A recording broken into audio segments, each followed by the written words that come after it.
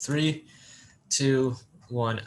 Hello, everybody. My name is Manchala, and I'm a senior at CAMS. I'll mainly be talking about computer programming today. Specifically, I'll be going over one project, which is more video game oriented.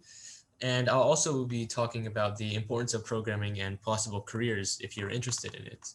And to help make this thing a little more interactive, since I'm sure you guys are all tired of listening to your teachers lecture constantly over Zoom. I know I am.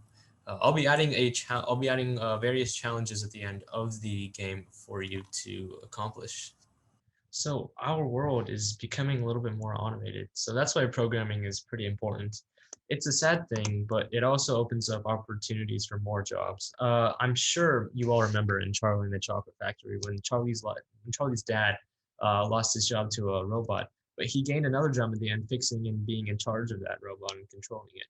So the same thing applies in programming. Programmers overall just make this world a more efficient and fun place. Without programming, we wouldn't have fun things like video games, like Fortnite or Brawl Stars, or a lot of my friends like to play Rocket League.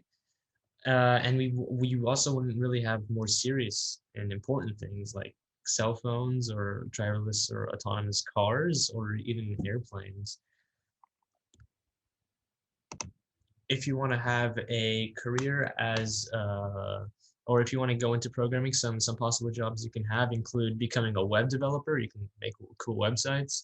You can become a computer engineer, or you can actually just become a software engineer, which is basically a computer programmer, but you do a lot more advanced things, and you work with a lot of other people if you're a software engineer too. Enough about the importance of programming now. I'm sure maybe a lot of you have heard of how important it is from your classes and from simply just looking at the world around you. So let's start with a game. Well, actually, before that, how do we program? It's simple. All you need is a computer and a programming language. Programming language is something that the computer understands, and you can write code in a programming language to help the computer understand what you're saying. The most basic of computer programming languages is Scratch, and you can find some cool videos and projects on the website scratch.mit.edu. Here's a fun fact: my middle school teacher, he knows personally the person who invented Scratch. The game I will be talking about in this video, though, is Hangman. I'm sure you've all played it before, so let's take a look at it. Okay, so let's play this. Let's play this game. It says, "Welcome. Wish to play a game? Enter your name." So my name is Paul. So it says, "Nice to meet you, Paul. I'm your host. We're going to play Hangman." So I'm thinking of a word. Guess a letter to discover the secret word. Let's guess an E. Uh, guessing E wasn't in there. We have 14 attempts remaining, and it tells us the secret word has a length of 12 letters. And A was in here. Let's try an I. Oh, there's multiple I's in here, an O, and a U. Okay, so we have almost all the vowels in here. Let's get some more letters. R. Oh, there's an R in here. Interesting. What about an N? Ooh, an N too. An S. Okay, I'm on a roll here. I'm guessing all these letters correct. A T. Ooh, a T too. Wow, I'm on fire. And this should be passion fruit. So it says, "Great job, you did it finally." The word was passion fruit, and you got it after inputting only one unsuccessful guess. Wow, that's probably my best run through it. I'll send a link to you guys to try this game.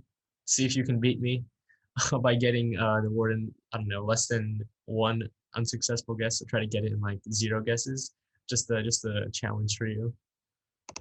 But let's get started with explaining some of the code here. And if you haven't programmed at all and all this looks super complicated to you, don't worry. We're only going to be taking a look at the main parts here, and I'll try to make it as simple to you as possible. So the first part of this code is the def welcome statement. So the def welcome means this is a function. So a function is simply a list of code that is called on for the computer to execute. So we use functions every day in real life. For example, when your parents tell you to brush your teeth, you know to go to the bathroom, take your toothbrush, open the toothpaste, put toothpaste on there, put water on there, open your mouth, brush your teeth in circles for 2 minutes, spit it out, rinse your mouth, put the cap on the toothpaste, and put your toothbrush away. So Def thing is a function that we can call on the computer to do it many times by putting in the parentheses uh, def welcome. So we can call on it by simply typing in welcome with the two parentheses, as you will see down here. And like I said, the computer can we can call on this function many times, just how your parents sometimes call on you guys many times, or my parents certainly call on me many times when they tell me to brush my teeth. Now let's take a look at what's actually inside this function. So the welcome function states that we're going to ask the user what their name is, and you see that up here when we actually started playing. It told me to enter my name, and I said Paul. And it also prints something to the screen, which means it's just going to show it. And we don't have to do anything. We just have to watch it happen. And this time.sleep2 just means it's just waiting 2 seconds. And here we're actually calling on another function, which is the hangman function, which is pretty much the actual game. So now let's take a look inside the hangman function. I won't go over a lot of these things. I'll just go over the main things. So one of the main things here is this what we call a while loop. So it says here while n is less than max tries. So the max tries is the max unsuccessful guesses. We don't want our person to guess more than a set number of guesses, otherwise they're always going to win the game. So as seen here, the maximum number of tries they get is 15. So while the number of guesses that we currently have is less than the max number, it's always going to run this code down here. So while we have less than 15 unsuccessful guesses, while we've guessed unsuccessfully less than 15 times, it's always going to ask us what guess do you want to input? And every time you guess something, it tallies 1 to the number of guesses that you have. So, and then it tells you this is what your guess was, just to remind you. So we have another loop here, and this is called a for loop. And what we're going to do, what we're doing in this for loop is we're checking every letter in the secret word, and if our guess was correct, then it's not going to count that as an unsuccessful guess. And we have another for loop down here, and it says that if our guess was correct, then it's going to show us exactly what we guessed correctly within the word. So you'll see here every time I guessed when I guessed the correct letter P right here, it shows the P in the actual word passion fruit. So now let's go to the bottom of the code here. So after you guess it, it reminds you how many attempts you have remaining. And remember that while loop I talked about earlier? Right here. So if the word that you guessed eventually is the secret word, then it tells you, good job, you did it. Finally, this was the word, and you got it after inputting some amount of unsuccessful guesses. And then here's an important piece of code. It's exit. This means to exit this while loop, meaning this condition, this n is less than max tries, has been fulfilled. But if you didn't guess the word in less than 15 guesses, then it's going to tell you, oh no, you've lost, and then it's going to exit,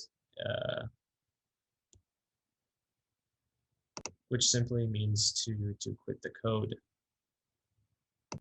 So I'm sure by now you're probably tired of listening to me ramble and go through some parts of this code. So here are some challenges for you depending on your programming experience.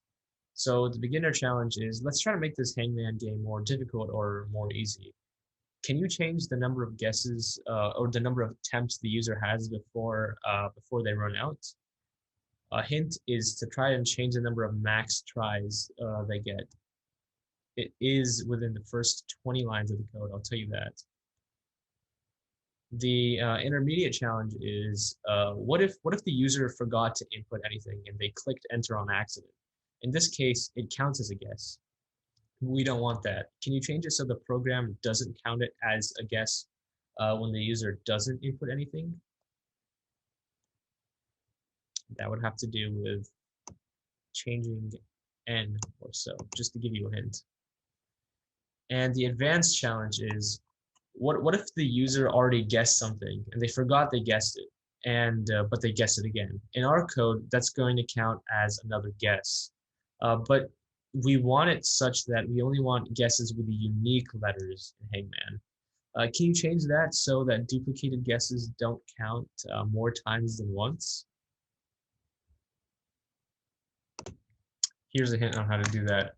You want to create a list, or you might want to create something else. Maybe you have another solution to it. And that's the thing about programming. There's always multiple solutions to everything. But the easiest way that I can think of is to create a list called guesses or whatever, and check each time the while loop runs if the user's guess is in that list. So every time the user guesses something, you add it to a list, and every time they get something else, you check if what they already guessed is in that list. And if it is in there, you want to change n, which is the number of guesses or unsuccessful guesses. Okay, everybody, that's all I have. I hope you guys had fun listening to me. I know it may have seemed long. I know this video was about 10 minutes long, but I hope you have some more fun actually trying to program it and trying to come up with the solutions to the challenges I give you. If you do have some solutions that are different from what one would normally think they would be, just send them over to me or send them over to the people at CAMS, and we'll see it, and we'll be interested. That's all I have. I hope you guys have a good day.